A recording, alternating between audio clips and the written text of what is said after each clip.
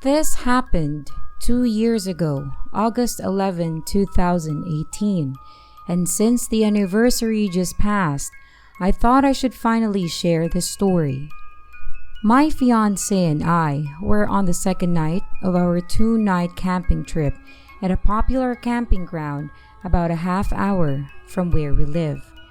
For reference, my fiance is black and we live in a predominantly white conservative and racist area, and this fact is very important later. On our first night, we kept hearing noises in the woods around us. The campsite right beside ours to the right was occupied, but the one on the left was not. The campsites are about 150 yards apart, and we had camped here in the same exact plot the year before. Needless to say, we were very familiar with the area and the various kinds of animals that live in the woods.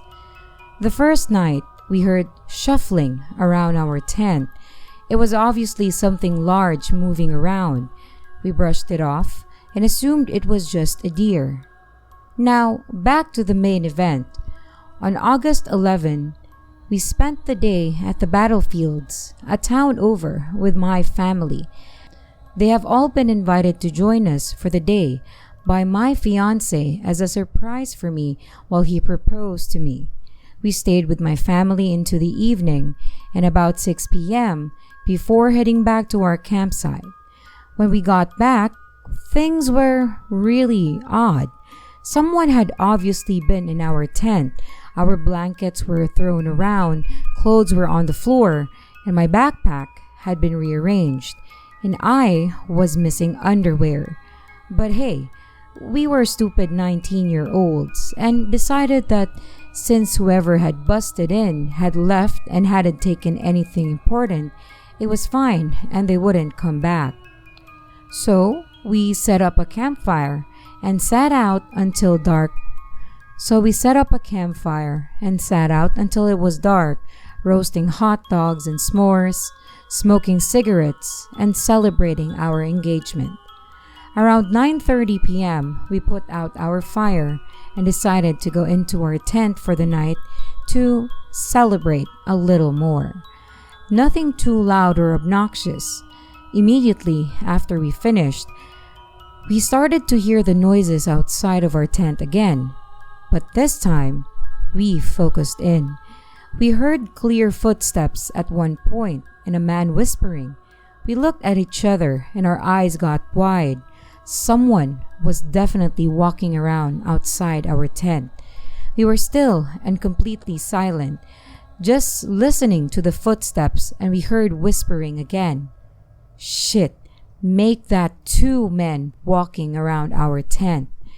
As if we had the ability to read minds, my fiance said, "I have to go to the bathroom."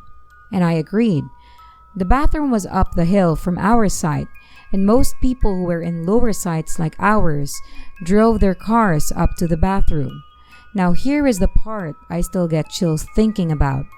We got up and were getting dressed, and my fiance had just turned on the light in our tent and put his binder on when a man spoke directly to us from right outside the tent. "What are you doing?" I can't even describe how malicious and menacing his voice sounded. It was clearly directed at us, and he said it with a snicker. He was watching us through the walls of the tent. Again, for this part, we were stupid 19-year-olds, so we decided to just run for it to the car. My fiance grabbed his pocket knife and his keys and stepped out of the tent. He pulled me with him and we ran like hell to the car. I heard the footsteps running behind us and then turning and running up to another campsite. At the bathroom, we talked over our options. We talked about sleeping in the car or driving into the town. Then we had another idea. We drove back down to our campsite and began packing everything into the car. At this point, it was around midnight. We moved faster than I think either of us thought possible, wrapping up the tent with our belongings still in it and grabbing our folding chairs. And we were all packed in 5 minutes and hopped into the car to leave. I jumped out at the end of the drive and grabbed our nameplate, which had my full name on it, off the post. As we pulled out of the campsite, I saw our assailants for the first time. Stalking through the woods onto our campsite were 2 tall white men. I realized that these were the same men who had been driving past our campsite the whole time we were there, just glaring at us and muttering to each other. One was wearing camo hunting gear, and the other was wearing a Confederate flag tank top. Both were carrying large hunting knives and unsheathed and at the ready. They turned when they saw our car driving away, and one started to make a chase until the other stopped him. I made eye contact with the man in camo, and he smiled the most terrifyingly evil smile at me and shook his head slowly. We drove the long way home, taking all the weirdest, hardest to follow roads, and called my dad so he would know that we were coming. When we got home, we told my dad everything, and he shrugged it off as us being paranoid. So I never told anyone else besides all of you now. I am convinced to this day that this was going to be a racially motivated attack. The campground was not heavily populated, and my fiancé was the only non-white person at any of the campsites. It was no accident that the 2 men who had been shadowing us since our arrival and wore Confederate flags and had one on their truck decided to target the interracial couple. I still get cold chills when I think about how close we were to being killed or seriously hurt that night, and just how lucky we were that our reckless plan to just make a run for it worked. So to those men who stalked our campsite with hunting knives, let's not meet. I was about 12 years old at that time and a member of a unisex scouts group, one of about 4 girls in our troop. We went to a jamboree with loads of other scout groups and camped there for a few nights. During the day, we did a range of activities, a lot of which were based in a wooded area very close to the area we were camping in. Every night, there was some sort of entertainment for us to go if we wanted to, and on the first night, the other girls and I started talking to a group of older guys who were also camping with their troop for a few days. They were pretty nerdy and we weren't particularly attracted to them, but they seemed nice and we had a good laugh with them. Whenever we saw them for the next couple of days, we would say hi and chat when we could. It was nice to talk to some other boys than the ones in our group. The boys in our troop were older than me and were pretty protective of us girls.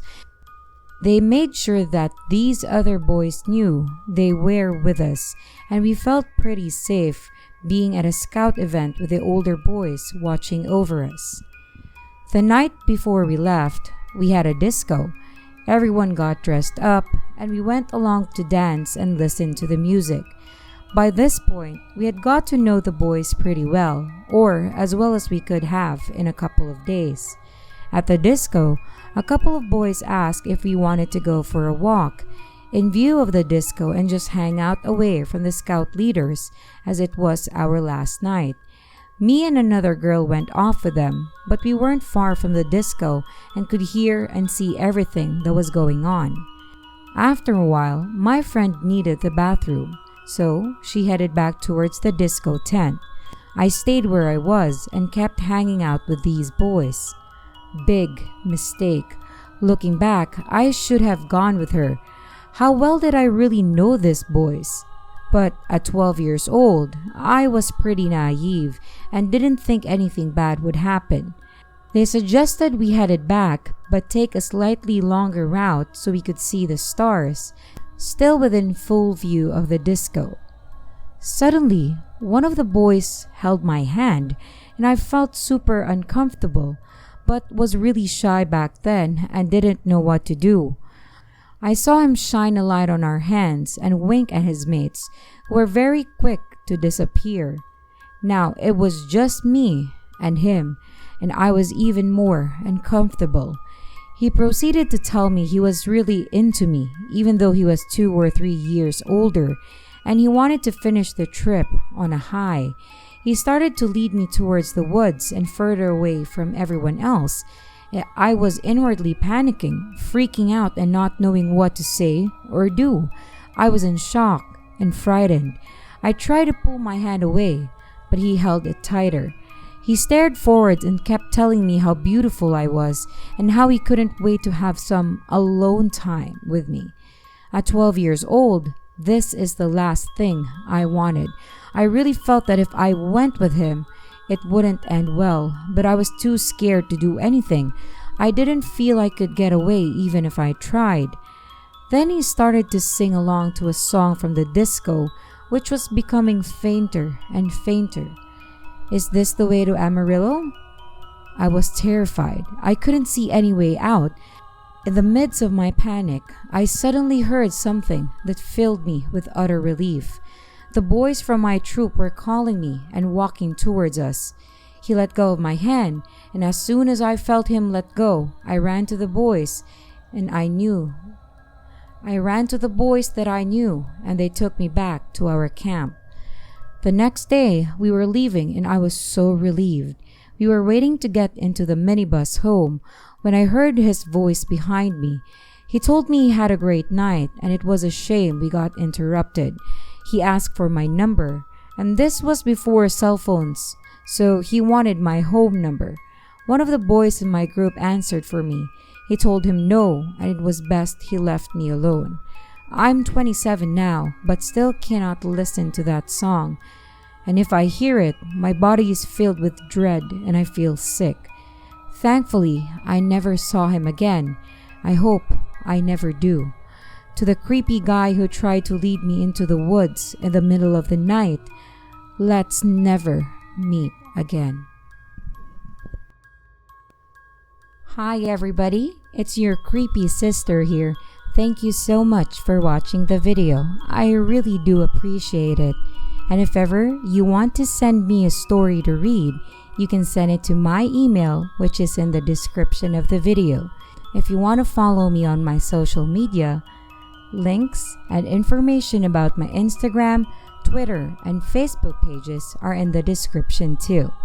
Also, don't forget to like, comment, and subscribe if you haven't already, and click on that notification bell. Again, thanks for watching.